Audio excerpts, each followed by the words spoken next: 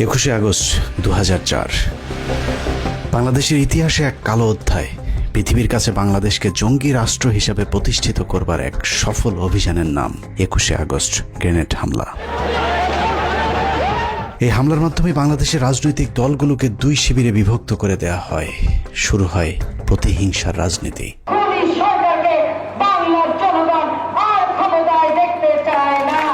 বাংলাদেশের রাজনীতিতে বিভাজনের সীমারেখা টেনে দিয়ে কার লাভ আর কার ক্ষতি সেই হিসেব করলেই বেরিয়ে যাবে কারা ঘটিয়েছিল নৃশংসতম সেই হত্যাকাণ্ডের ঘটনা। 2004 সালের 21শে আগস্ট আওয়ামী লীগের জনসভায় গ্রেনেড হামলায় মোট 24 জন নিহত হয়। নিহতের পর বাংলাদেশের কিছু গণমাধ্যম এবং আওয়ামী লীগের অভিযোগ যদি সত্যি হয় তাহলে বিষয়টা ঠিক এরকম দাঁড়ায়। যখন আমি গাড়িতে উঠছি তখন গাড়িতে গুলি, ওরা কোনোভাবেই যাতে এসকেপ করতে না পারে। শেখ হাসিনা এবং কিছু গণমাধ্যমের বক্তব্য অনুযায়ী আওয়ামী লীগকে নেতৃত্ব শূন্য করতে চালানো হয়েছিল এই হামলা। হামলাকারীরা শেখ হাসিনাকে মারতে এতটাই বদ্ধপরিকর ছিল যে শেখ হাসিনা নিজেকে বাঁচানোর জন্য যখন দৌড়ে গাড়িতে উঠছিলেন তখনও তার উপর গুলি চালানো হয়েছিল। যেই গুলির দাগ তার ব্যবহৃত মার্সিডিজ গাড়িতে লেগে থাকার দাবিও করেছিল আওয়ামী লীগ। ভাগ্যক্রমে হাসিনাকে মারতে না পারলেও হাসিনার লোকজনের উপর চরম নির্যাতন চালানো হয়েছিল, এমনকি লাশ নিতেও নাকি বাধা দিয়েছিল তৎকালীন বিএনপি জামায়াত জোট সরকার। তারা ধর্মের কথা বলে অথচ আজকে লাশগুলি তারা দিচ্ছে না জানাজা পড়তে।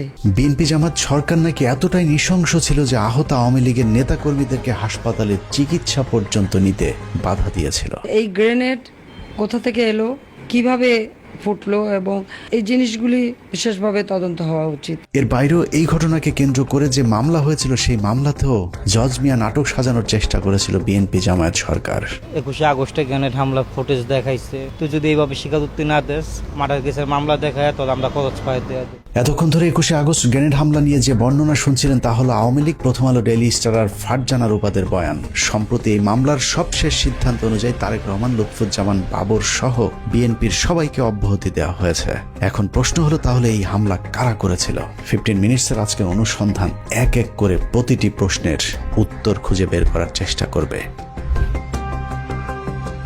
হামলার ঘটনা কারা ঘটিয়েছিল সেটা জানার আগে শেখ হাসিনা কিভাবে সেই হামলা থেকে বেঁচে গেলেন সেটা দেখা যাক। শুধু শেখ হাসিনা নয়, ওই হামলাতে আসলে আওয়ামী লীগের কোনো কেন্দ্রীয় নেতাই মারা যায়নি। এমনকি হামলার পরিকল্পনা এমনভাবেই করা হয়েছিল যাতে শেখ হাসিনার শরীরে ছোট্ট একটা আঘাতও না লাগে। ওনার ভিতরের কানে ইনজুরি হয়েছে, যার জন্য উনি এখন কানে কম শুনছেন। মূলত শেখ হাসিনা সহ কেন্দ্রীয় নেতাদের যে কিছু হবে না সেটা আগেই গ্যারান্টি দেওয়া হয়েছিল। তবে ওই হামলায় শুধু একজন কেন্দ্রীয় নেত্রীকে বলির পাঠা বানানো হয়েছিল, যার নাম আইভি রহমান। আইভি রহমানকে নিয়ে হাসপাতালে যখন এইরকম অবস্থা, এই জায়গা রক্তাক্ত, সেখানে পুলিশ লাঠিচার্জ করলো। আইভি রহমান সম্পর্কে দক্ষ অভিনেত্রী শেখ হাসিনা মাঝে মধ্যে যে মায়া কান্না করে থাকেন সেটা আসলে তার মনের কান্না নয়। মতিউর রহমান রেন্টু লিখেছেন, 1981 সালে শেখ হাসিনা দেশে ফেরার পর জিল্লুর রহমান তার স্ত্রী আইভি রহমানকে নিয়ে শেখ হাসিনাকে দেখতে গিয়েছিলেন। আইভিকে দেখে তেলে বেগুনে জ্বলে উঠেছিলেন শেখ হাসিনা। হাসিনা আইভিকে উদ্দেশ্য করে বলেছিলেন, আমার মাকে একদিনও শান্তিতে থাকতে দেননি, এখন আবার কেন এসেছেন? এ সময় জিল্লুর রহমান চোখ টিপে আইভি রহমানকে চলে যেতে বললে আইভি রহমান সেখান থেকে সরে যান।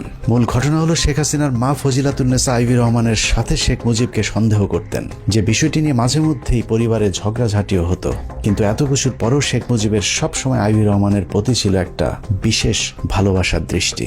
অনেকেই বলে থাকেন আইভি রহমানকে খুশি করতে 1969 সালে শেখ মুজিব যুব মহিলা লীগ নামে নতুন আওয়ামী লীগের শাখা প্রতিষ্ঠা করেছিলেন, যে কারণে আইভি রহমানের মতো আনাড়ি একজন রাজনীতিবিদকে প্রথম কমিটির অর্গানাইজিং সেক্রেটারি পদ দিয়ে নূরজাহান মোর্শেদদের মতো অভিজ্ঞ রাজনীতিবিদদের পাশে বসার সুযোগ করে দিয়েছিলেন, যে বিষয়টা ওই সময়ের অনেক রাজনীতিবিদদের চোখেই দৃষ্টিকটু মনে হয়েছিল।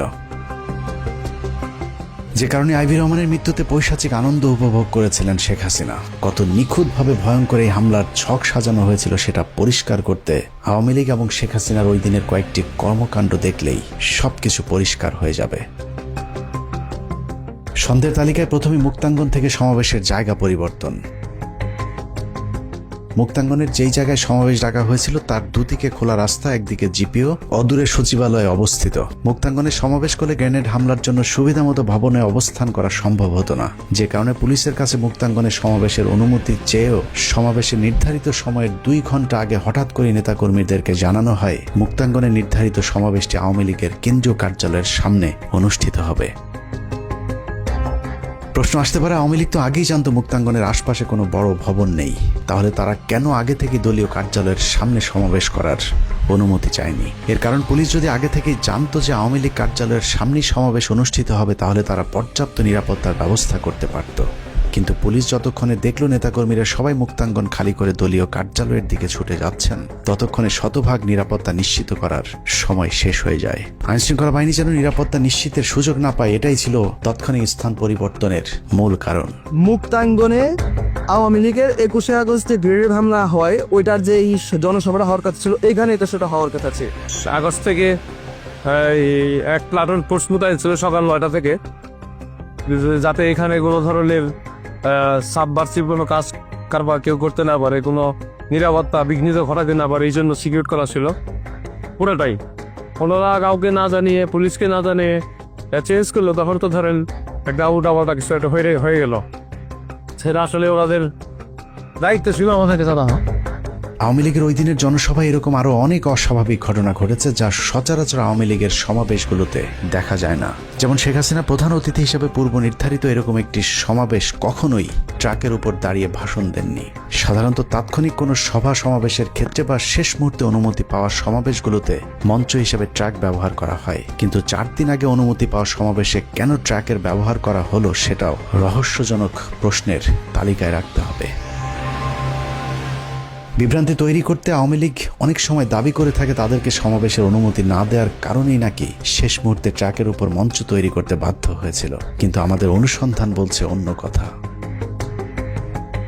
একটি গোয়েন্দা সংস্থা থেকে পাওয়া নথিতে দেখা যায় 2004 সালের 21শে আগস্টের 4 দিন আগে 17ই আগস্ট পুলিশের কাছে আওয়ামী লীগের উপদপ্তর সম্পাদক ওহিদুল ইসলাম স্বাক্ষরিত একটি আবেদন করা হয়েছিল। আবেদনে জিপিওর পার্শ্বস্থ মুক্তাঙ্গনের সমাবেশের জন্য জায়গা চাওয়া হলে পুলিশের তৎকালীন ডিসি পূর্ব সেই আবেদনটি মঞ্জুর করেন। শেষ মুহূর্তে সমাবেশে অনুমতি পাবার যে দাবি আওয়ামী লীগ করে থাকে, সেটাও যদি সত্যি হয়, তাহলেও আওয়ামী লীগ যে স্থানে অনুমতি চেয়েছে সেখানেই সমাবেশ করার কথা, কিন্তু শেষ মুহূর্তে এসে আওয়ামী লীগ মুক্তাঙ্গনের পরিবর্তে কেন্দ্রীয় কার্যালয়ের সামনে সমাবেশ কেন করলো, সে উত্তর খুঁজে বের করতে হবে। সেদিন আওয়ামী লীগ কেন কার পরামর্শে স্থান পরিবর্তন করেছিলেন, তার উত্তর খুঁজে বের করতে পারলে 21শে আগস্ট হামলার অনেক রহস্য পরিষ্কার হয়ে যাবে। সমাবেশের আরেকটি অস্বাভাবিক ঘটনা হলো শেখ হাসিনার বক্তব্যের সময় ঘেঁষাঘেঁষি করে তার আশপাশের নেতাদের দাঁড়ানোর ধরন। আওয়ামী লীগের বেশ কয়েকজন কেন্দ্রীয় নেতা শেখ হাসিনাকে এমনভাবে ঘিরে ধরেছিলেন যেন কোনো একটি হামলা থেকে বাঁচানোর জন্যই চেষ্টা করা হচ্ছিল তাকে। সূত্র জানিয়েছে, বক্তব্য শুরুর আগে শেখ হাসিনাই নাকি সবাইকে ডেকে ডেকে তার পাশে এসে বসার অনুরোধ করছিলেন। একই বিষয়ে আওয়ামী লীগের তৎকালীন প্রেসিডিয়াম সদস্য মহিউদ্দিন খান আলমগীর তার জবানবন্দিতেও উল্লেখ করেছেন। অথচ সাধারণত সভা সমাবেশগুলোতে শেখ হাসিনার সাথে কেন্দ্রীয় নেতাদের কিছুটা দূরত্ব বজায় রেখে দাঁড়াতে দেখা যায়। সাধারণত শেখ হাসিনা প্রধান অতিথি হিসেবে বক্তব্যের শুরুতে সব সময় তার পূর্বপুরুষের ইতিহাস সহ 15ই আগস্ট এমনকি 4 জাতীয় নেতার হত্যাকাণ্ডের সব ইতিহাস তুলে ধরে স্বজন হারানোর কি ব্যথা তা বোঝানোর চেষ্টা করে থাকেন। কিন্তু 21শে আগস্ট সমাবেশে শেখ হাসিনার বক্তব্যটি ছিল স্মরণকালের সবচেয়ে সংক্ষিপ্ত একটি বক্তব্য।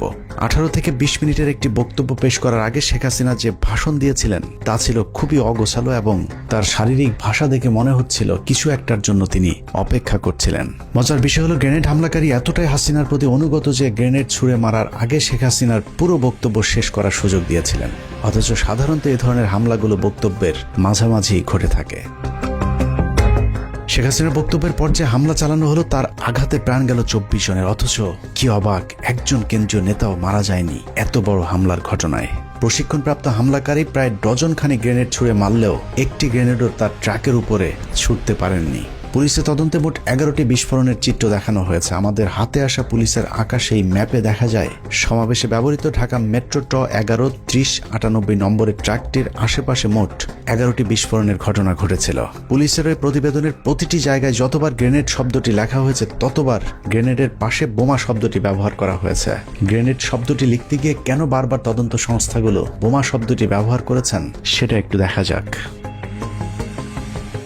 21শে আগস্টকে গ্রেনেড হামলা বলা হলেও এটা শুধুই গ্রেনেড হামলা কিনা সেটা নিয়ে প্রশ্ন রয়েছে গোয়েন্দাদের।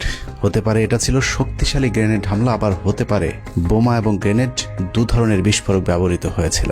তবে সবচেয়ে বেশি যেটা হতে পারে সেটা হলো 11টি বিস্ফোরকের মধ্যে 4টি ছিল শব্দ বোমা আর বাকি 7টি ছিল গ্রেনেড অথবা শক্তিশালী বোমার বিস্ফোরণ। আরও একটি বিষয় হতে পারে, মঞ্চের কাছাকাছি অবিস্ফোরিত যে দুটি গ্রেনেড পড়েছিল, অকেজো সেই গ্রেনেড দুটি হয়তো ইচ্ছাকৃতভাবেই ফেলে রাখা হয়েছিল, যাতে ঠিক ট্রাকের পাশের দুটি গ্রেনেড অবিস্ফোরিত থাকার কারণে সবাইকে এটা বোঝানো যায় যে শেখ হাসিনাকে হত্যা করতে চালানো হয়েছিল এই হামলা। কিন্তু এই গ্রেনেড দুটি বিস্ফোরণ না হবার কারণে বেঁচে গিয়েছেন শেখ হাসিনা। অথচ এত গুরুত্বপূর্ণ অপারেশনে 13টি গ্রেনেডের মধ্যে 2টি গ্রেনেড অকেজো থাকার কথা নয়। 2004 সালের 21শে আগস্টের সবচেয়ে আলোচিত ভিডিওগুলোর বেশিরভাগ ধারণ করেছিল বেসরকারি টেলিভিশন এনটিভির ক্যামেরা পার্সন। এনটিভি থেকে প্রাপ্ত ভিডিওতে দেখা যায় শেখ হাসিনার বক্তব্যের পরপর যে দুটি বিস্ফোরণ হয়েছিল, সেই বিস্ফোরণের পর কালো ধোঁয়ায় অন্ধকার হয়ে যায় সবকিছু। তবে লক্ষণীয় বিষয় হলো, প্রথম দুটি বিস্ফোরণের পর সবাইকে ছুটোছুটি করতে দেখা গেছে, কিন্তু কাউকে আহত হতে দেখা যায়নি। পরের বিস্ফোরণগুলোতে কোনো ধোঁয়া না থাকলেও হতাহতের ঘটনা ঘটেছে। 2004 সালের গ্রেনেড হামলা মামলার সাক্ষী হিসেবে আদালতে মূল বক্তব্য উপস্থাপন করেছেন আওয়ামী লীগের তৎকালীন প্রেসিডিয়াম সদস্য মহিউদ্দিন খান আলমগীর। 161 ধারায় তার দেয়া বক্তব্যে তিনি বলেছেন, নেত্রীর বক্তব্যের শেষে জয় বাংলা জয় বঙ্গবন্ধু বলার সাথে সাথে প্রচণ্ড বিস্ফোরণের আওয়াজ শুনতে পাই। আমি দেখতে পাই ট্রাকের মঞ্চের পেছনে দক্ষিণ দিক থেকে ধোঁয়া উঠছে, জনগণ দিক বিদিক ছুটাছুটি করছে। মহিউদ্দিন খান আলমগীরের বক্তব্যটি আবারও রিপিট করছে, আমি দেখতে পাই ট্রাকের মঞ্চের পেছনে দক্ষিণ দিক থেকে ধোঁয়া উঠছে। গ্রেনেড এবং বোমার মধ্যে মৌলিক একটি পার্থক্য রয়েছে, তা হলো বোমা থেকে প্রচুর ধোঁয়া বের হবে, কিন্তু গ্রেনেড বিস্ফোরণ ঘটলে ধুলা উড়বে, কিন্তু যতটুকু ধোঁয়া বের হবে সেটা অতি সামান্য। মহিউদ্দিন খান আলমগীরের বক্তব্য অনুযায়ী ট্রাকের পাশে যে বিস্ফোরণগুলো ঘটেছিল সেগুলো থেকে অনেক ধোঁয়া বের হয়েছিল। তার মানে ট্রাকের পাশের বিস্ফোরণগুলো ছিল বোমার, গ্রেনেড নয়। এছাড়া শেখ হাসিনা সভাস্থল থেকে ছেড়ে যাওয়ার সময় তার গাড়ির ঠিক পাশে একটি বিস্ফোরণ ঘটেছিল। সেই বিস্ফোরণটিতেও কালো ধোঁয়ায় চারিদিক অন্ধকার হয়ে যায়, যদিও সেই বিস্ফোরণেও কেউ হতাহত হয়নি। অতএব এখানে সন্দেহাতীতভাবে বলা যায় এই হামলায় মোট 2 ধরনের বিস্ফোরকের ব্যবহার হয়েছিল। মহিউদ্দিন খান আলমগীরের বক্তব্যে আরও একটি বিষয় লক্ষণীয়, তিনি ধোঁয়া দেখেছেন সেই বিস্ফোরণের পর কেউ হতাহত হয়নি, বরং মানুষকে দিক বিদিক ছোটাছুটি করতে দেখেছেন।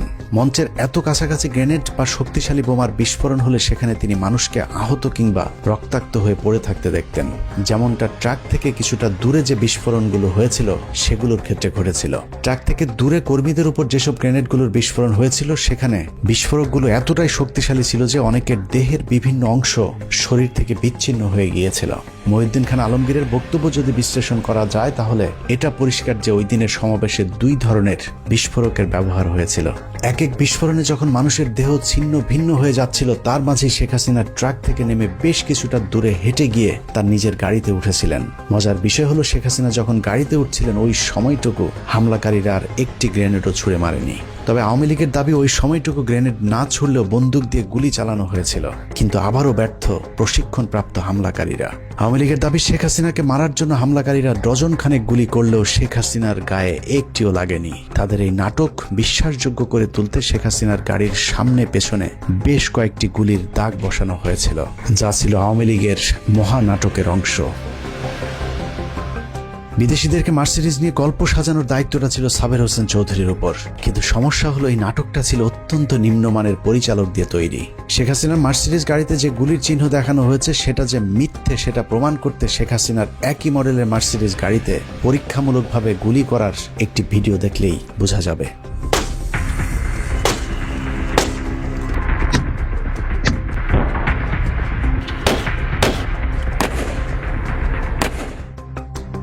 মার্সিডিজ গাড়ির ফিচার অনুযায়ী মার্সিডিজের বুলেট প্রুফ গাড়িতে গুলি করলে 9 মিলিমিটারের ছোট গুলি হলে গ্লাস থেকে পড়ে যাবে, আর যদি গুলির সাইজ 9 মিলিমিটারের চেয়ে বড় হয় সেক্ষেত্রে গুলি গ্লাসের ভেতরে ঢুকে বেঁকে থাকবে।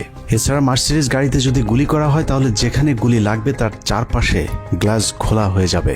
কিন্তু শেখ হাসিনার গাড়িতে গুলির যে দাগ দেখানো হয়েছে সেটা স্পষ্টভাবে বোঝা যাচ্ছে যে ড্রিল মেশিন দিয়ে গুলির চিহ্ন বোঝানোর চেষ্টা করা হয়েছে। শেখ হাসিনার গাড়িতে যে কোনো গুলি লাগেনি সেটার আরও প্রমাণ রয়েছে।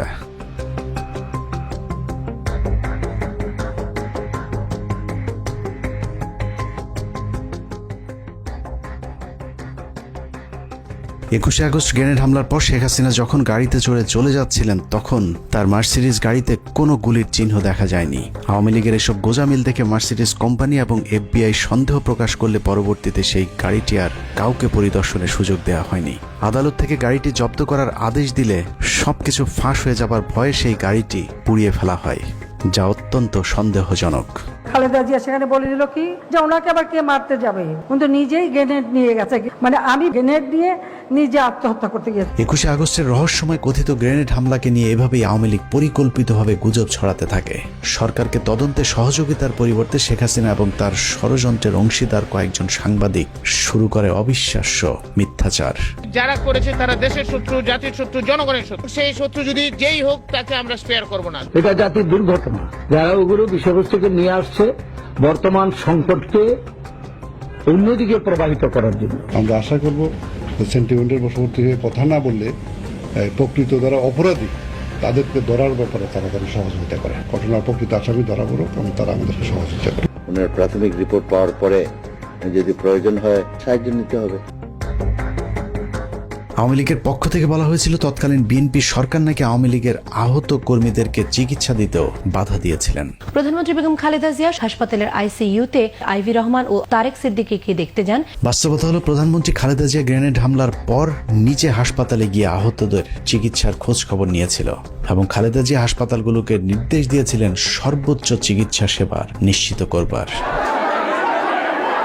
সরকারের বিরুদ্ধে অভিযোগ করা হয়েছিল নিহতদের লাশ নাকি পরিবারকে নিতে দেয়া হচ্ছিল না। তারা আবার ইসলামের কথা বলে অথচ আজকে লাশগুলি তারা দিচ্ছে না জানাজা পড়তে। বাস্তবতা হলো মরদেহের ময়নাতদন্ত শেষে সরকারি ব্যবস্থাপনাতে লাশ প্রতিটি পরিবারের কাছে পৌঁছে দেওয়ার ব্যবস্থা করেছিল তৎকালীন বিএনপি জামায়াত জোট সরকার।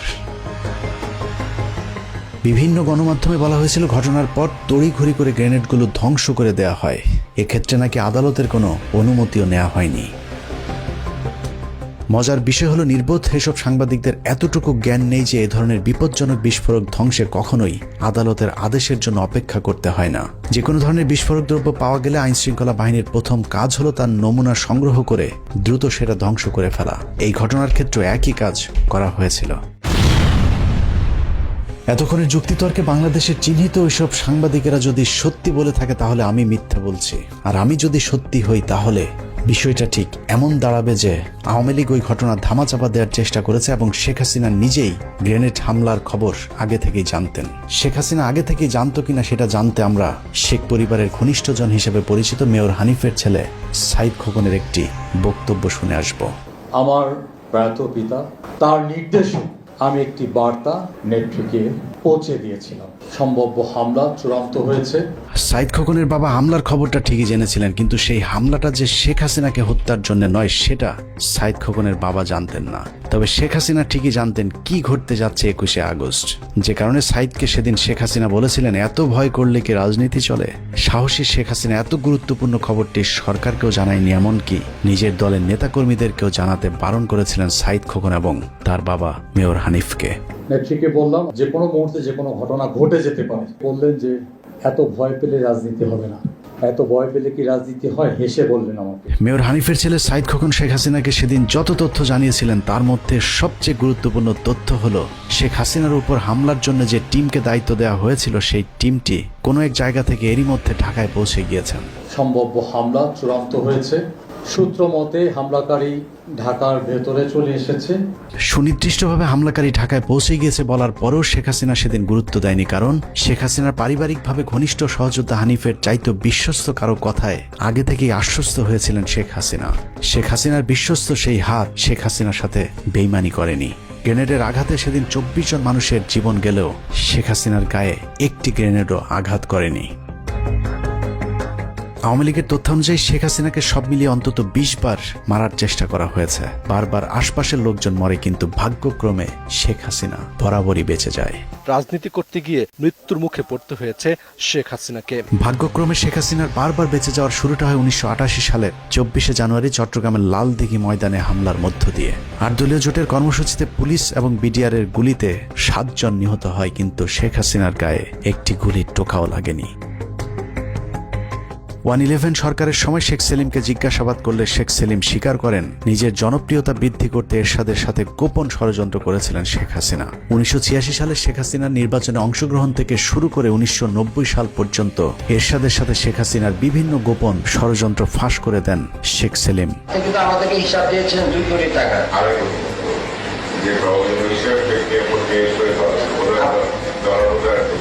স্যার ওইটার ডিস্ট্রিবিউশনটা কি ছিল জানা স্যার?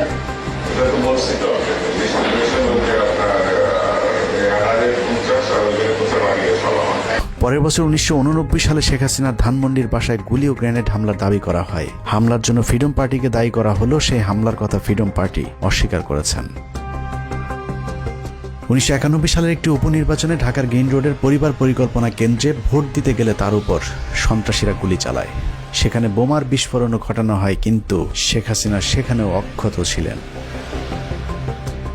1994 সালের 20 সেপ্টেম্বর ঈশ্বরদী রেল স্টেশনে শেখ হাসিনাকে বহনকারী রেলগাড়িতে কথিত গুলির ঘটনা ঘটে। সেখানেও শেখ হাসিনাকে মারতে পারেনি হামলাকারীরা। 1995 সালের 7 ডিসেম্বর রাসেল স্কোয়ারের পাশে সমাবেশে ভাষণ দেওয়ার সময় আরেক দফা গুলি এবং বোমার ঘটনা ঘটে, কিন্তু শেখ হাসিনার ড্যাশও ছিঁড়তে পারেনি হামলাকারীরা। 2003 সালে যে স্থানে গ্রেনেড হামলা চালানো হয়েছিল, একই স্থানে 1996 সালের 7 মার্চ উপলক্ষে সমাবেশে শেখ হাসিনার বক্তৃতার ঠিক পরপর মাইক্রোবাস থেকে বোমা এবং এলোপাতারি গুলি চালানো হয়েছিল। এতে 20 জন আহত হয়, কিন্তু শেখ হাসিনার আশপাশে যারা ছিলেন তাদের আশপাশেও গুলি কিংবা বোমার চিহ্নও যায়নি।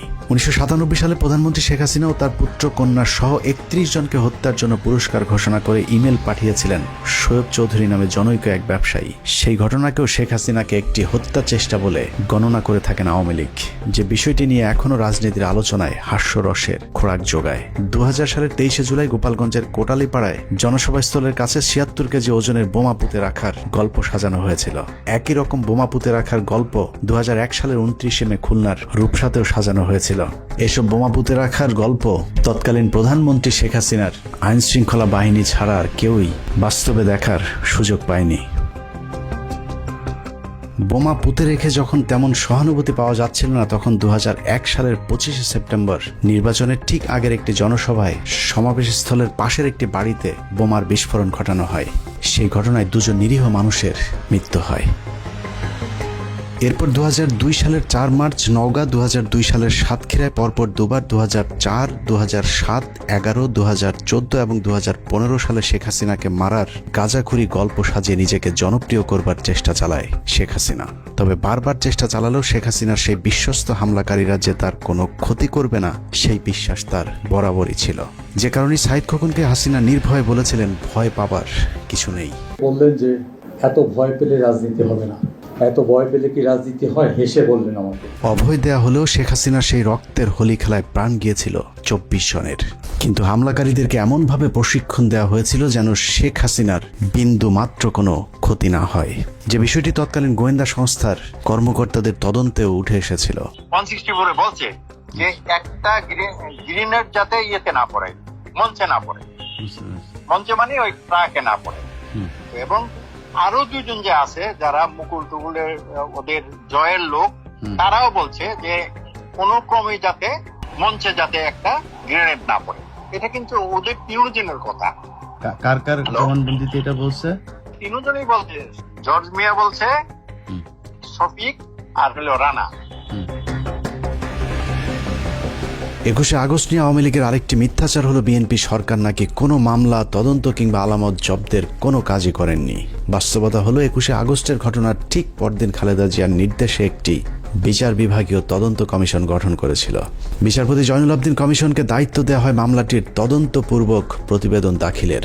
1 মাস 10 দিনের অক্লান্ত পরিশ্রমে 162 পৃষ্ঠার যে প্রতিবেদন জয়নুল আবেদিন জমা দিয়েছিলেন, সেটি যদি ঠিকঠাক মতো অনুসরণ করা হয় তাহলে 21 আগস্ট গ্রেনেড হামলার মূল ঘটনা বেরিয়ে আসবে। দীর্ঘ সেই প্রতিবেদনের একটি পর্যায়ে বলা হয়েছে, কমিশনের সংগৃহীত তথ্য প্রমাণ সন্দেহাতীতভাবে ইঙ্গিত করে 2004 সালের 21 আগস্টের ভয়াবহ গ্রেনেড হামলার পেছনে একটি শক্তিশালী বিদেশি গোয়েন্দা সংস্থা জড়িত ছিল। শক্তিশালী বিদেশি গোয়েন্দা সংস্থার নাম আসতে ভারত আন্দাজ করতে পারে কি ঘটতে যাচ্ছে। তারপরেই শুরু হয় বিচারপতি জয়নুল আবদিনের উপর ভারতের অব্যাহত চাপ। দেশপ্রেমিক একজন বিচারকের দুর্নীতির মিথ্যা অভিযোগ, জীবনের হুমকি থেকে শুরু করে এমন কোনো মানসিক চাপ নেই যা তার বিরুদ্ধে প্রয়োগ করা হয়নি। ভারতের অব্যাহত চাপের পরেও 21শে আগস্ট নিয়ে স্বচ্ছ তদন্ত চলতে থাকায় সব গোমর ফাঁস হয়ে যাবার আশঙ্কা দেখা দেয়, আর তাতেই প্রথম আলোকে মাঠে নামায় ভারত। ভারতকে বাঁচানোর সেই লড়াইয়ে প্রথম আলো যা করেছে তার প্রতিটি পদক্ষেপ ছিল ভয়ঙ্কর দেশবিরোধী। 21শে আগস্ট গ্রেনেড হামলা মামলার তদন্ত যেন কোনোভাবেই সঠিক পথে এগোতে না পারে, সেজন্য প্রথম আলো তাদের পরীক্ষিত জঙ্গি বিশেষজ্ঞ সাংবাদিক টিপু সুলতান এবং মহিউদ্দিনদেরকে মাঠে নামায়। 21শে আগস্টের তদন্তকে প্রশ্নবিদ্ধ করতে প্রথম আলো মোহাম্মদ জালাল আহমেদ ওরফে জজ মিয়াকে ট্রাম্প কার্ড হিসেবে ব্যবহার করেছে। সেই ট্রাম্প কার্ডই বাংলাদেশকে হারিয়ে জয়ী হয়েছে প্রথম আলো, আওয়ামী লীগ এবং তাদের ত্রাণকর্তা ভারত। প্রথম আলোর ওই ট্রাম্প কার্ডের উপর ভর করে বিএনপি, জামায়াত এবং সর্বোপরি বাংলাদেশের আলেম সমাজের উপরেই গেল 15 বছর ধরে চলেছে নির্মম জুলুম, নির্যাতনার গণহত্যা। একটা গণমাধ্যম চাইলে কত ধ্বংসযজ্ঞ চালাতে পারে তার নিকৃষ্ট উদাহরণ 21শে আগস্টের গ্রেনেড হামলা নিয়ে প্রথম আলো যে খেলা করেছে সেটি। নিষ্ঠুর সেই খেলায় 19 জন নিষ্পাপ মানুষের ফাঁসি, 19 জনের যাবজ্জীবন। তৎকালীন স্বরাষ্ট্র প্রতিমন্ত্রী লুৎফুজ্জামান বাবর, তারেক রহমান, আব্দুল সালাম পিন্টু সহ গোয়েন্দা কর্মকর্তা মেজর জেনারেল রেজ্জাকুল হায়দার এবং মেজর জেনারেল আব্দুর রহিমকে নির্মম নির্যাতন করা হয়েছে। এর মধ্যে মেজর জেনারেল আব্দুর রহিমকে জেলখানায় হত্যার অভিযোগ করেছে তার পরিবার। আইসিইউতে ওনার ভেন্টিলেটর মেশিনে অক্সিজেন সাপ্লাই 2 বার বন্ধ করা হয় এবং আমি মনে করি অনেক পরিকল্পিতভাবে হত্যা করা হয়েছিল, কারণ উনি রিকভারি করছিলেন। এবং এটার কারণ হিসেবে আমার যেটা মনে হয়, উনি দেশের গোয়েন্দা সংস্থার প্রধান ছিলেন। বাকিদের জীবন থেকেও কেড়ে নেওয়া হয়েছে স্বর্ণালী 15টি বছর। প্রথম আলো কিভাবে এই ধ্বংসযজ্ঞ চালিয়েছে সেটা চলুন একটু দেখা যাক। অনুসন্ধানের এই অংশটুকু অত্যন্ত গুরুত্বপূর্ণ। অনুসন্ধানের এই অংশটুকু মনোযোগ দিয়ে দেখলেই প্রথম আলোর সব ষড়যন্ত্রের মুখোশ উন্মোচিত হয়ে যাবে। আপনারা এতদিন ধরে যে জজ মিয়া নাটকের কথা শুনেছেন সেটা আসলে সত্যিকারের ঘটনা। অন্যদিকে জজ মিয়াকে নিয়ে আসল নাটক সাজিয়েছে প্রথম আলো, যেটাকে আমরা এতদিন সত্যিকারের ঘটনা মনে করেছে। জজ মিয়া আসলে কে, জজ মিয়া নাটক কে সাজিয়েছিল, সেই নাটকের সব চরিত্রের মুখোশ উন্মোচন করতে পারলেই 21শে আগস্ট গ্রেনেড হামলার সব রহস্য পানির মতো পরিষ্কার হয়ে যাবে। আমাদের প্রায় 6 মাসের অনুসন্ধানে বিভিন্ন রাজনীতিবিদ, প্রশাসন, সেনা, পুলিশ, গোয়েন্দা সংস্থার বর্তমান এবং তৎকালীন সময়কার যে কজনের সাথে কথা হয়েছে সকলেই একটি বিষয়ে একমত, 21শে আগস্ট গ্রেনেড হামলার মাস্টার মাইন্ড ভারতীয় গোয়েন্দা সংস্থা র, এবং তাদের হামলার মূল উদ্দেশ্য ছিল বিএনপিকে জঙ্গি দল এবং বাংলাদেশকে জঙ্গি রাষ্ট্র হিসাবে পৃথিবীর কাছে তুলে ধরা। আর আওয়ামী লীগের উদ্দেশ্য ছিল দেশকে অস্থিতিশীল করে তারপর সরকারের পতন ঘটিয়ে ক্ষমতায় যাওয়া। ভারত এবং আওয়ামী লীগের সেই চক্রান্তের প্রথম থেকে শেষ পর্যন্ত প্রথম আলো তাদের ঘনিষ্ঠ সহযোগী হিসাবে কাজ করেছে। 21শে আগস্টের পরদিন প্রথম আলো প্রথম পৃষ্ঠার একটি খবর ছিল জঙ্গি একাধিক সংগঠন গোয়েন্দাদের সন্দেহ তালিকার শীর্ষে। অথচ শুরুর দিকে কোনো ইসলামী দল কিংবা মাদ্রাসার আলেমদেরকে আটক তো দূরের কথা, কোনো গোয়েন্দা সংস্থাও এ ঘটনার সঙ্গে জঙ্গিদেরকে সন্দেহই করেনি। তবে চিহ্নিত 3 জন অপরাধীকে গ্রেফতার করেছিল আইন শৃঙ্খলা বাহিনী, যাদের বিরুদ্ধে 21শে আগস্ট গ্রেনেড হামলার জড়িত থাকার সুনির্দিষ্ট প্রমাণ পেয়েছিল তারা। আর তাতেই ভিত নড়ে ওঠে আওয়ামী লীগ এবং ভারতের। ভারত বুঝে গিয়েছিল এই তদন্ত যদি সঠিক পথে চলতে থাকে তাহলে সব পরিকল্পনা ভেস্তে যাবে, যে কারণে সর্বশক্তি নিয়ে মাঠে নামানো হয় প্রথম আলোকে। শুরু হয় বিগ বাজেটের এক ভয়ঙ্কর নাটক তৈরির কাজ। তাই এরাতে সাজানো হয়েছিল জজ মিয়া নাটক। জজ মিয়া কাহিনী তৈরি করে বিএনপি ক্ষতিগ্রস্ত হয়েছে। জজ মিয়া নাটক সাজিয়েছে জেলা গোয়েন্দা পুলিশ। বানোয়াট রাজসাক্ষী জজ মিয়া নাটক হতবাক করে দেশবাসীকেও। এতদিন ধরে আপনারা যে জজ মিয়ার নাটক দেখেছেন সেই নাটকের আজ দেখবেন শেষ পর্ব। 2019 সালের 3রা নভেম্বর প্রথম আলোতে প্রকাশ হওয়া যেভাবে ফাঁস হলো জজ মিয়া গল্প শিরোনামের সংবাদের সূত্র ধরে হাঁটলে আমরা প্রথম আলোর নাটকের মূল পরিচালক, প্রযোজক এবং কুশলীদের আসল রূপ দেখতে পাবো। পত্রিকাটি সেই সংবাদে লিখেছে, বিএনপি জামায়াত জোট সরকারের আমলে 2004 সালের 21শে আগস্ট তৎকালীন বিরোধী দলীয় নেতা ও বর্তমান প্রধানমন্ত্রী শেখ হাসিনাকে হত্যার লক্ষ্যে তার সমাবেশে গ্রেনেড হামলা করা হয়। ভয়াবহ ওই ঘটনায় তদন্ত ভিন্ন খাতে নেয়ার প্রক্রিয়া শুরু করা হয় প্রথম থেকেই। প্রথমেই গ্রেফতার করা হয় শৈবাল সাহা পার্থ নামের এক তরুণকে। কদিন পর মগবাজার এলাকায় সাবেক ওয়ার্ড কাউন্সিলর ও আওয়ামী লীগ নেতা মোখলেসুর রহমানকে। তাদের ফাঁসাতে না পেরে পরের বছর 2005 সালের 9 জুন নোয়াখালীর সেনবাগ থেকে ধরে আনা হয় জজ মিয়া নামের আরেক যুবককে। স্বীকারোক্তিতে জজ মিয়া বলেছিলেন তিনি আগে কখনো গ্রেনেড দেখেননি, গ্রেনেড ও বোমার মধ্যে পার্থক্য কি সেটাও তিনি জানেন না। 5,000 টাকার বিনিময়ে বড় ভাইদের নির্দেশে তিনি অন্যদের সঙ্গে গ্রেনেড হামলায় অংশ নেন। ওই বড় ভাইরা হচ্ছেন শীর্ষ সন্ত্রাসী সুব্রত বাইন, জয়, মোল্লা মাসুদ, মুকুল প্রমুখ।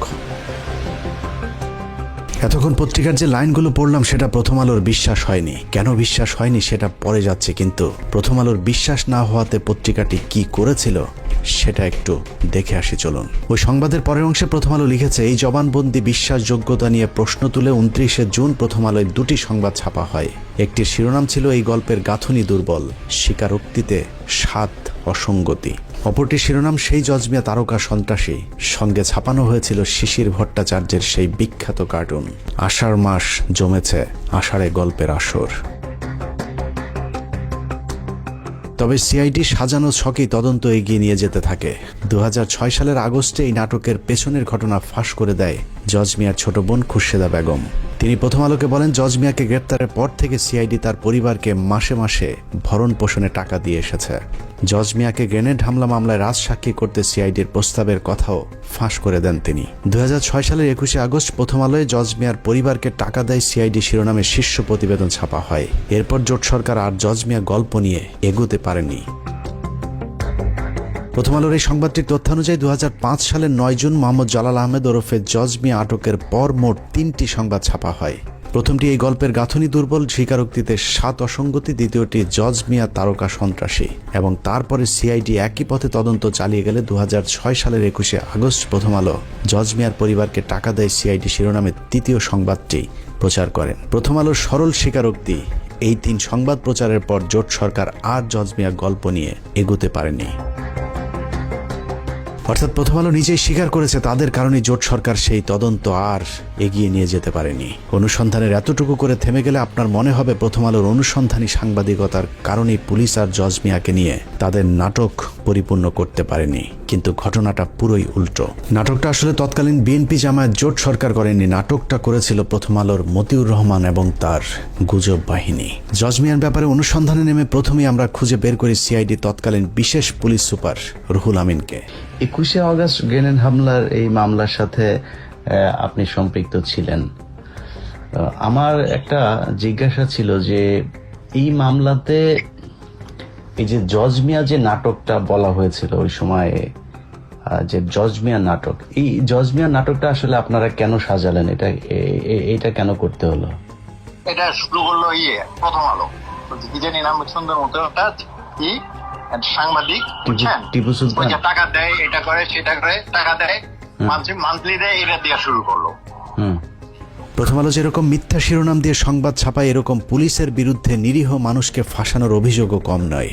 সে কারণেই আমরা রুহুল আমিনের কথা বিশ্বাস না করে নিজেদের মতো করে অনুসন্ধান শুরু করি। তবে আমাদের সন্দেহের তীরটা শুরু থেকেই ছিল প্রথম আলোর দিকে।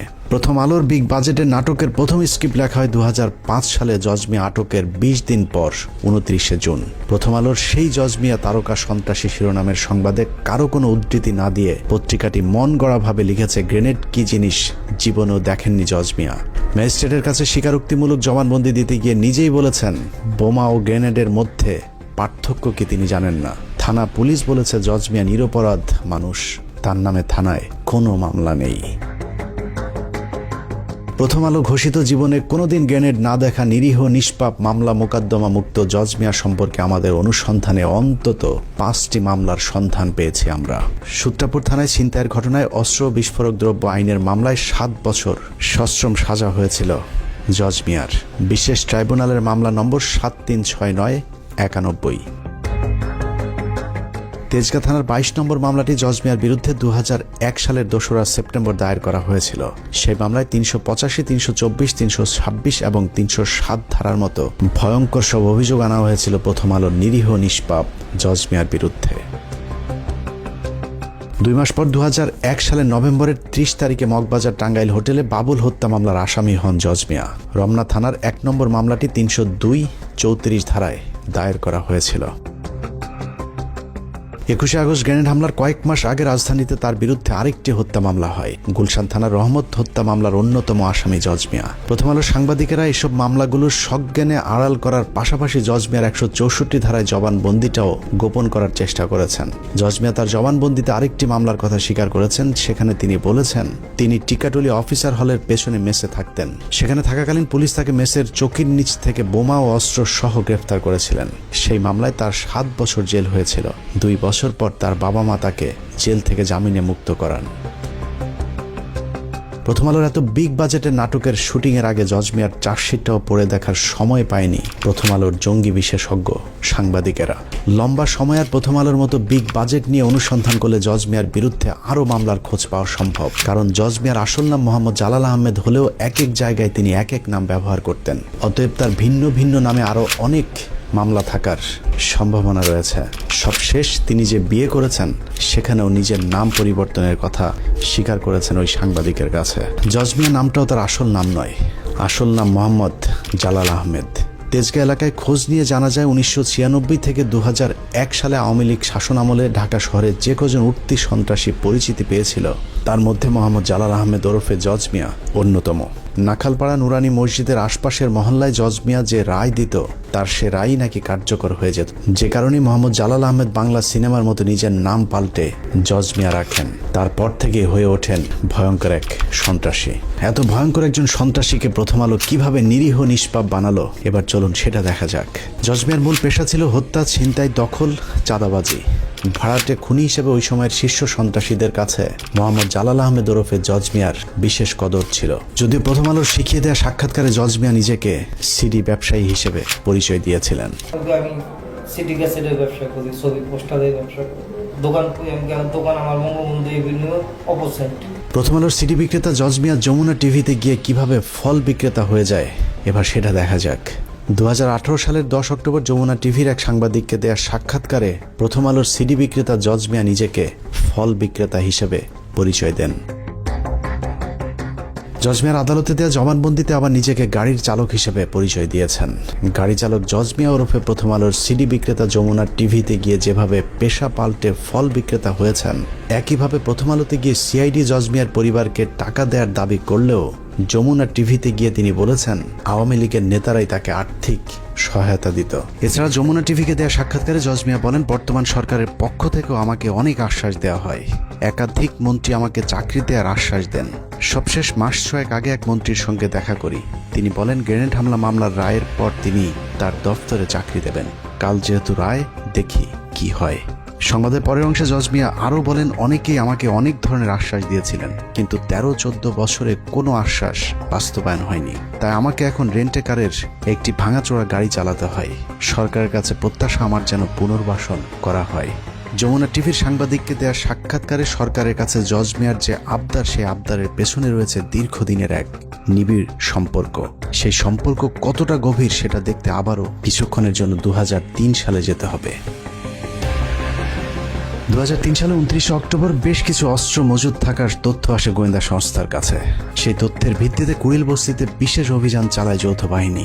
সেই অভিযানে সন্ত্রাসীদের সাথে প্রায় ঘণ্টাখানেক ব্যাপক গোলাগুলি শেষে আহত অবস্থায় রুবেল এবং মানিক নামে 2 সন্ত্রাসীকে আটক করে পুলিশ। তবে সেখান থেকে পালিয়ে যায় নুরুল, লিঙ্কন, মুকুল এবং জাহাঙ্গীর নামে আরও 4 সন্ত্রাসী। 2003 সালে কুড়িলে কিন্তু যেটা বলা হয় 20টা গ্রেনেড, তারপরে 4-5টা অ্যাসল্ট রাইফেল বা AK-47 ব্যবহার করা হয়েছিল 21 আগস্টে, সেই একই পরিমাণে মানে 4টা অ্যাসল্ট রাইফেল, একটা সাবমেশিন গান, 20টা গ্রেনেড, কয়েকটা রিভলভার, এগুলো কিন্তু তারও 9 মাস আগে 2009 সালের 29 নভেম্বর তারিখে পুলিশের একটা অপারেশনে কুড়িল বস্তিতে এক জায়গায় পাওয়া যায়।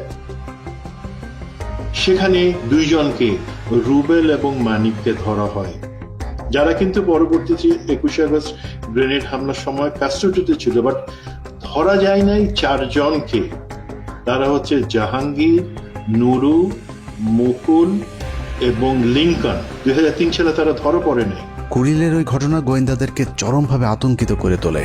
কারণ আটক রুবেল এবং মানিকের স্বীকারোক্তি অনুযায়ী তুলির পরশ নামে একটি হিন্দু ব্যক্তির দোকান থেকে AK-47 রিভলভার, গান পাউডার, টাইম বোমার সাথে উদ্ধার করা হয়েছিল 20টি গ্রেনেড। তার চেয়েও ভয়ঙ্কর তথ্য হলো রুবেল ও মানিক গোয়েন্দাদের কাছে স্বীকার করেছিলেন দেশে বড় ধরনের হামলা চালাতে ভারত থেকে আসা অস্ত্রের মজুত করা হচ্ছে। সে অস্ত্র দিয়ে কি ধরনের হামলা চালানো হবে তা সঠিকভাবে জানাতে না পারলেও ভারতীয় গোয়েন্দা সংস্থার সাথে আওয়ামী লীগ নেতা এবং তৎকালীন শীর্ষ সন্ত্রাসী জয়ের কলকাতায় একটি গোপন বৈঠকের খবর নিশ্চিত করেছিলেন রুবেল এবং মানিক। দেখেন যোগসূত্রটা কি, এই জিনিসটা কিন্তু পরবর্তীতে কখনো দেখা হয় নাই যে একই পরিমাণে গ্রেনেড, একই পরিমাণে অস্ত্র তার 9 মাস আগে পাওয়া গেছিল এক জায়গায়, এবং যারা হচ্ছে রাস্তার লেভেলের সন্ত্রাসী, যাদের হচ্ছে আওয়ামী লীগের যে বড় সন্ত্রাসী, তাদের লোক তাদের কাছে পাওয়া গেছিল এই জিনিসগুলো, আওয়ামী লীগের লোকজন, আওয়ামী লীগের সন্ত্রাসীদের হাতে। তো পরবর্তীতে ১/১১ সরকার বা হাসিনা সরকার যখনই তদন্ত করছে, তারা কিন্তু এই জায়গাটাতে লিঙ্ক করার চেষ্টা করেন। এবার লিঙ্ক করাটা জরুরি, বিকজ মুকুল এবং জাহাঙ্গীর এই দুইজনকে তো ধরা গেছিল, নুরু এবং লিঙ্কনকে ধরা যায় নাই 2004 সালে যখন তদন্ত শুরু হয়। ইতিহাসে প্রথমবারের মতো সন্ত্রাসীদের হাতে এ ধরনের হ্যান্ড গ্রেনেড উদ্ধারের পর গোয়েন্দাদেরকে গভীরভাবে ভাবিয়ে তোলে, যে কারণে আইনশৃঙ্খলা বাহিনী সর্বোচ্চ সতর্ক অবস্থানে চলে যায়। এরপর থেকে দেশে যে কোনো কর্মসূচির উপর বিশেষ নজরদারি শুরু করে গোয়েন্দা সংস্থাগুলো। 2003 সালের শেষ দিকে কুড়িলের ঘটনার পর 2004 সালের শুরুতে আওয়ামী লীগের তৎকালীন সাধারণ সম্পাদক 2004 সালের 30 এপ্রিলের মধ্যে বিএনপি জামাত জোট সরকারকে ক্ষমতাচ্যুত করতে বিশেষ ট্রাম্প কার্ড খেলার ঘোষণা দিয়েছিলেন। জলিলের সেই ঘোষণার পর থেকে দেশের রাজনীতিতে চরম উত্তেজনা বিরাজ করছিল। কিন্তু 30 এপ্রিল মানিক মিয়া অ্যাভিনিউতে প্রশিকার 3 দিনব্যাপী কর্মসূচি ছাড়া আওয়ামী লীগ কোনো কর্মসূচি দেয়নি, যে কারণে গোয়েন্দারা প্রশিকার সেই কর্মসূচি ঘিরেই ব্যাপক কঠোর অবস্থানে গেলে সেদিন আর জলিলের সেই ট্রাম্প কার্ড কাজে লাগেনি। 2007 সাল পর্যন্ত আওয়ামী লীগের সেই ট্রাম্প কার্ড সম্পর্কে সবাই অন্ধকারে ছিল। 1/11 সরকারের সময় জলিলকে আটকের পর জিজ্ঞাসাবাদ করলে জলিল জানায়, প্রশিকার ওই কর্মসূচিকে কেন্দ্র করে 10 লাখ মানুষ ঢাকায় আনার পরিকল্পনা ছিল আওয়ামী লীগের। সেই মিটিংকে কেন্দ্র করে একটি নৈরাজ্যকর পরিস্থিতি সৃষ্টির পর সরকার পতনের পরিকল্পনা ছিল তাদের। প্রশিকার ওই কর্মসূচিকে ঘিরে বড় ধরনের হামলা চালিয়ে উত্তেজিত জনতাকে নিয়ে সংসদে ঢুকে পড়ার পরিকল্পনা ছিল আওয়ামী লীগের। জিজ্ঞাসাবাদে আব্দুল জলিল আরও জানান, বিএনপির তৎকালীন মহাসচিব আব্দুল মান্নান ভূঁইয়া, মাহিবি চৌধুরী, আবু হেনা সহ বিএনপির মোট 70 জন এমপির ওই দিন আওয়ামী লীগে যোগদান করার পর আওয়ামী লীগের নেতৃত্বে সরকার গঠনের পরিকল্পনা ছিল। আব্দুল জলিলের সেই ট্রাম্প কার্ড ব্যর্থ হওয়ার কারণ হিসেবে নিজেদের মধ্যে কোঅর্ডিনেশনের অভাবকে দায়ী করেছিলেন আওয়ামী লীগের সাধারণ সম্পাদক আব্দুল জলিল। যাই হোক, জলিলের সেই ট্রাম্প কার্ড যদি কাজে লাগতো তাহলে ওই দিনই 21 আগস্টের মতো আরেকটি ঘটনা ঘটতে পারত, কিন্তু গোয়েন্দা সংস্থার কারণে তা ব্যর্থ হয়, যে কারণে 21 আগস্ট গোয়েন্দা সংস্থাকে বোকা বানিয়ে হঠাৎ করে সমাবেশের স্থান পরিবর্তন করে আওয়ামী লীগ। গোয়েন্দা সংস্থা আগে থেকে নিরাপত্তা নিশ্চিত করতে না পারার কারণে আওয়ামী লীগ নির্বিঘ্নে গ্রেনেড হামলা চালাতে সমর্থ হয়েছিল। মিটিংটা শুরু হওয়ার কথা ছিল মুক্তাগরে 3টায়, কিন্তু সাধারণত ওনাদের মিটিং 3টায় বলা থাকলেও ওনাদের কর্মী নেতৃবর্গ আগে চলে আসে। মিনিমাম 3 ঘন্টা আগে ওদের মিটিংয়ের প্রাথমিক কার্যক্রম শুরু হয়ে যায়। তো সেই হিসেবে 12টায় ওখানে আমাদের হিসাবে শুরু হওয়ার কথা ছিল, কিন্তু সেটা ওখানে আমরা 1টা দিকে যখন দেখলাম যে মিটিং এর কোনো কিছু দেখা যাচ্ছে না, তখন আমরা খুঁজে জানতে পারলাম যে এখানে মিটিং অলরেডি শুরু হয়ে গেছে। 21 আগস্ট গ্রেনেড হামলার মাধ্যমে গোয়েন্দা সংস্থাকে কিছুটা বোকা বানানো গেলেও ঘটনার মূল রহস্য উদ্ঘাটন করতে গোয়েন্দাদের খুব বেশি সময় লাগেনি, কারণ 21 আগস্ট ব্যবহৃত গ্রেনেড এবং কুড়িল বস্তিতে উদ্ধার করা সেই গ্রেনেড একই ধরনের হওয়াতে গোয়েন্দারা দ্রুত 2003 সালে কুড়িল অভিযানে পালিয়ে যাওয়া অন্য আসামিদের মধ্যে মুকুল ও জাহাঙ্গীরকে আটক করেন। তাদের মধ্যে মুকুল তার স্বীকারোক্তিতে জানায় গ্রেনেড হামলায় অংশ নেয়া ভাড়াটে আরেকজন সন্ত্রাসীর নাম জজ মিয়া। শীর্ষ সন্ত্রাসী মুকুলের দেওয়া তথ্যের ভিত্তিতেই জজ মিয়াকে আটক করা হয়, প্রথম আলোর দৃষ্টিতে যিনি নিরীহ এবং নিষ্পাপ। প্রথম আলো তাদের সংবাদে লিখেছে, জজ মিয়ার গ্রামের বাড়িতে খোঁজ নিয়েছে এবং সেখানে গিয়ে তার ব্যাপারে যার কাছে জানতে চেয়েছে সেই নাকি জজ মিয়াকে নিরীহ নিষ্পাপ দাবি করেছে। আমরাও জজ মিয়ার খোঁজে তার গ্রামের বাড়ি সেনবাগে গিয়েছিলাম। জজ মিয়া কেমন মানুষ ছিল সেটা বলা তো দূরের কথা, জজ মিয়া বেঁচে আছে নাকি মরে গেছে সেটাও জানে না তার গ্রামের মানুষ। রাগাও দোয়ানো কিছু করো না, আগে আসে আবার পরে ঘটনা পরে গেছে আমার আইয়েটাই না। আসলে জজ মিয়া সম্পর্কে এলাকার মানুষের জানার কথাও না, কারণ জজ মিয়ার পুরো জীবনে হাতে গোনা কয়েকবার গ্রামের বাড়িতে গিয়েছিলেন। এলাকায় খোঁজ নিয়ে জানা যায় 21 আগস্টের গ্রেনেড হামলার পর লম্বা সময় জজ মিয়া নোয়াখালীর গ্রামের বাড়িতে ছিলেন। এতটা লম্বা সময় তাকে কখনোই গ্রামে গিয়ে থাকতে দেখা যায়নি। হতে পারে গ্রেনেড হামলা মামলার ঘটনায় পুলিশ যেন তাকে সন্দেহের তালিকায় না রাখে, সে কারণে দীর্ঘ সময় তিনি ওই সময় গ্রামের বাড়িতে গিয়ে গা ঢাকা দিয়েছিলেন। জজ মিয়ার গ্রামের বাড়ির কেউ তার খবর না জানলেও জজ মিয়া সম্পর্কে সবকিছু জানে একমাত্র প্রথম আলো। আগেই বলেছি, আমাদের সন্দেহের তীরটা ছিল প্রথম থেকে প্রথম আলোর দিকে, কিন্তু সেই সন্দেহ দূর করতে হলে প্রথম আলো যে জজ মিয়াকে ট্রাম্প কার্ড হিসাবে ব্যবহার করেছে সেই জজ মিয়াকে খুঁজে বের করা জরুরি। নোয়াখালী থেকে শুরু করে রাজধানীর তেজগাঁর নাখালপাড়া হন্যে হয়ে খোঁজাখুঁজির পর প্রায় 3 মাসের অপেক্ষা শেষে জজ মিয়ার সাথে কথা বলার সুযোগ হয়। মানে প্রথম আলো যে আপনাকে বলল যে এই যে আপনাকে নাকি পুলিশ টাকা টুকা দিত, সিআইডি আপনার মাসে মাসে আপনার পরিবারকে টাকা দিত, এটা তাহলে কেন বলতে পারা? না ভাই, আমি কারোর থেকে কোনো টাকা পয়সা পাই নাই। মোহাম্মদ জালাল আহমেদ ওরফে জজ মিয়ার সাথে কথা বলে আমরা যা জেনেছি তা এতদিন ধরে যা জানতাম তার 180 ডিগ্রি উল্টো। যে প্রথম আলো জজ মিয়ার পরিবারকে সিআইডি টাকা দিয়েছে বলে মিথ্যে সংবাদ প্রচার করেছে, বাস্তবে সেই প্রথম আলোই জজ মিয়াকে 2 লাখ টাকা এবং চাকরির প্রলোভন দেখিয়ে মিথ্যে সাক্ষী নিয়েছেন। প্রথম আলো আপনাকে কি কি সুযোগ সুবিধা দিচ্ছে, কি কারণে প্রথম আলোর কথায় আপনি সব জায়গায় যাইতেন, প্রথম আলোর অফিসে যাইতেন? প্রথম আলো আপনাকে কখনই কোনো টাকা পয়সা দেয়নি? হ্যাঁ, 2 লক্ষ টাকা কিন্তু আমার ট্রিটমেন্টের জন্য দিচ্ছে। এটা তো আমি কেউই আপনাকে টাকা টুকা দেয়নি। ওটা তো হয় নাই ভাই, তারপর মনে করেন আমি আরো টাকা ঋণ করে মনে করেন এই 2 লাখ টাকার অনুদান যে আপনাকে কে দিছে? এটা টিপু ভাই। টিপু? হ্যাঁ, টিপু সুলতান। মানে না, সেগুলি জানি।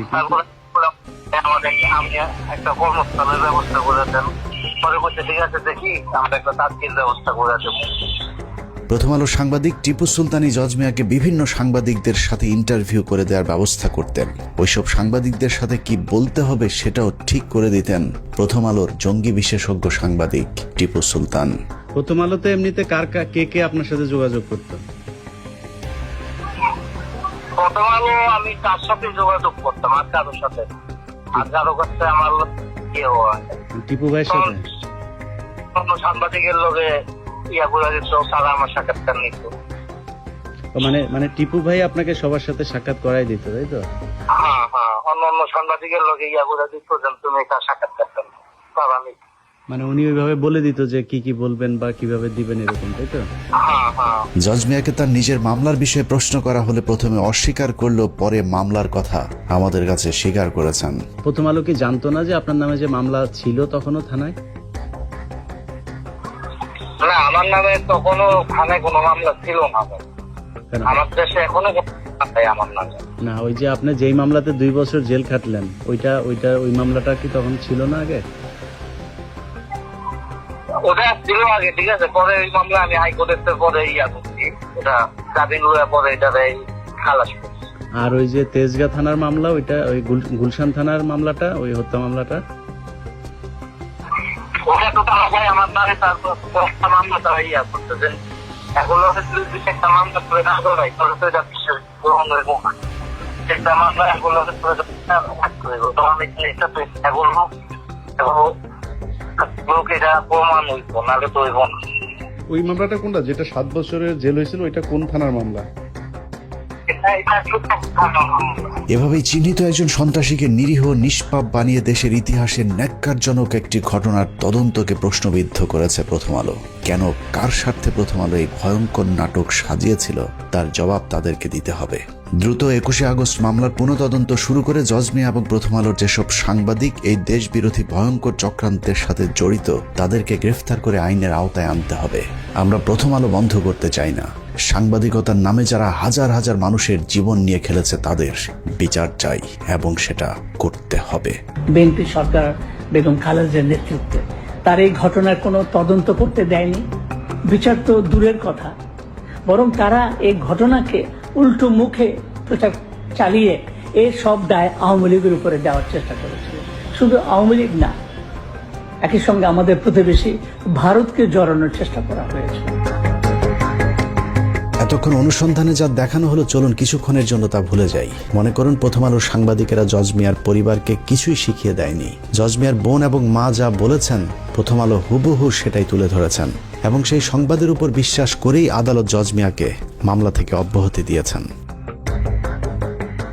গল্পটা যদি এখানেই শেষ হয়ে যেত তাহলে সমস্যা ছিল না, কিন্তু এই গল্পের পরের অংশ চরম নিষ্ঠুর, অমানবিক। প্রথম আলোর উদ্দেশ্য শুধুই জজ মিয়াকে ছাড়িয়ে আনা নয়, তাদের উদ্দেশ্য ছিল ভারতকে বাঁচানো আর জিয়া পরিবার সহ বিএনপির শীর্ষ নেতাদের জঙ্গি বানিয়ে তাদেরকে ফাঁসিতে ঝুলানো। জজ মিয়াদেরকে বাঁচানোর পর শুরু হয় ইতিহাসের জঘন্যতম মিথ্যাচার। বিএনপিকে নিশ্চিহ্ন করে দেওয়ার সেই অভিযানে প্রথম আলো অনেক দূরে গিয়েছিল। একের পর এক প্রথম আলো সংবাদ ছেপেছে আর সরকার প্রথম আলোর ইচ্ছে মতোই তদন্ত করে বিচারিক হত্যাকাণ্ডের পথ সুগম করেছে। কথিত সেই বিচারের নামে নির্বিচারে মামলার আসামি করা হয়েছে তারেক রহমান, লুৎফুজ্জামান বাবর, আব্দুল সালাম পিন্টু, মেজর জেনারেল রেজ্জাকুল হায়দার, আব্দুর রহিম সহ এক ঝাঁক দেশপ্রেমিক মানুষদেরকে, যারা জীবন বাজি রেখে ভারতের হাত থেকে বাংলাদেশকে বাঁচাতে চেয়েছিল। 2018 সালের 10 অক্টোবর দিনটি ছিল প্রথম আলোর বিজয়ের দিন। তাদের দীর্ঘ 14 বছরের ষড়যন্ত্রের ফসল ওই দিন ঘরে উঠেছিল। 21 আগস্ট গ্রেনেড হামলা মামলার রায়ে 19 জন নিরীহ মানুষকে ফাঁসি, 19 জনের যাবজ্জীবন হবার পৈশাচিক আনন্দে প্রথম আলোর আনিসুল হক লিখেছিলেন ইতিহাসের দায়মোচনের রায়। বিচারিক হত্যাকাণ্ডকে কাব্যিক আবেগঘন লেখনির মাধ্যমে মানুষের জীবন নিয়ে তামাশা করেছিল প্রথম আলোর আনিসুল হক।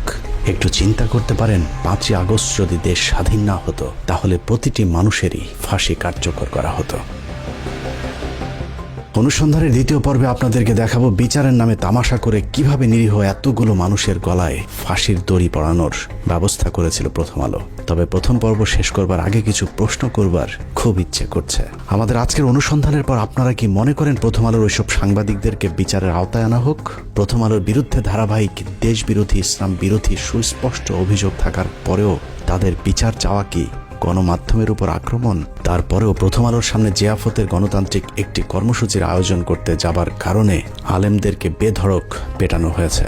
আর সেটাকে বিএনপির মহাসচিব মির্জা ফখরুল ইসলাম আলমগীর প্রথম আলোর উপর হামলা দাবি করে তীব্র নিন্দা জানিয়েছে। প্রথম আলো, ডেইলি স্টার সহ অন্যান্য সমস্ত পত্রিকাগুলোর উপর আক্রমণ শুরু হয়েছে, আমি তীব্রভাবে নিন্দা জানাচ্ছি। মির্জা ফখরুলের ওই দিনের বক্তব্যের সবচেয়ে ভয়ঙ্কর অংশ ছিল তিনি বলেছিলেন এই বাংলাদেশ নাকি তিনি 5 তারিখের আগে কখনোই দেখেননি। তার এই বক্তব্যে প্রমাণিত হয়েছে ইসলাম বিদ্বেষী ফখরুল আগেই ভালো ছিলেন। 5 তারিখের পর তিনি প্রচণ্ড অস্বস্তি বোধ করছেন। মানুষের জীবন নিয়ে ভয়ঙ্কর খেলা করা এইসব সাংবাদিকদেরকে বিচার চাইলে যাদের জ্বলে উঠবে তাদেরকে চিনে রাখতে হবে। এটা কোনো রাজনীতি নয়, মানুষের জীবন নিয়ে খেলা করেছে প্রথম আলো। মির্জা ফখরুল বিএনপি জামায়াত যখন ক্ষমতায় ছিল তখন লুটপাট করেছে, আওয়ামী লীগের 15 বছরে আতাত করে চলেছে। সাধারণ বিএনপির কর্মীরা যখন জেলে গিয়েছে, গুলি খেয়েছে মির্জা ফখরুল ইসলাম আলমগীর তখন বাংলাদেশ থেকে টাকা পাচার করে অস্ট্রেলিয়াতে নিজের মেয়ে আর মেয়ে জামাইকে আলিশান জীবন যাপন করার নিশ্চয়তা দিয়েছেন। মির্জা ফখরুল সামনে বিএনপি ক্ষমতা এলে আবারও লুটপাট করবে, এটা চোখ বন্ধ করে বলে দিতে পারি। আবার যদি কখনো আওয়ামী লীগ ক্ষমতায় আসে তারপরেও ফখরুলের কিছুই হবে না, কারণ সেই পথটাও তিনি আগে ভাগেই খোলা রেখেছেন। শেখ মুজিবুর রহমানের যে মূর্তিটা ছিল সেই মূর্তিকে দড়ি বেঁধে টেনে ইঁচড়ে ফেলে দিই। তিনি তো আমাদের নেতা ছিলেন, খারাপ লেগেছে। মাত্র 2 বান্ডেল টাকার জন্য মির্জা ফখরুল যেভাবে প্রথম আলোর 5 এটেছে, আর কিছু টাকা দিলে এরা দেশকেও বিক্রি করে দিতে পারে। অতএব মির্জা ফখরুলের মতো দুর্নীতিবাজ, ভারতীয় দালালদের মতো যেসব রাজনীতিবিদ প্রথম আলো ডেইলি স্টারের পাশে দাঁড়াবে তাদেরকেও এদেশের মানুষ শত্রু হিসেবেই চিহ্নিত করবে। কে বিএনপি আর জামায়াত করে দেখার একদম সময় নেই। প্রথম আলো ডেইলি স্টারের পাশে যে দাঁড়াবে তার বিরুদ্ধেই লড়াই চলবে। যে বাংলাদেশে মতিউর, আনিসুল, টিপু সুলতান আর মহিউদ্দিনরা মুক্ত বাতাসে থাকবে, সেই বাংলাদেশ কখনোই স্বাধীন থাকতে পারে না। সুযোগ পেলেই তারা আবারও এই পতাকাকে খামচে ধরবে, সেই সুযোগ যেন আর কখনোই না পায়।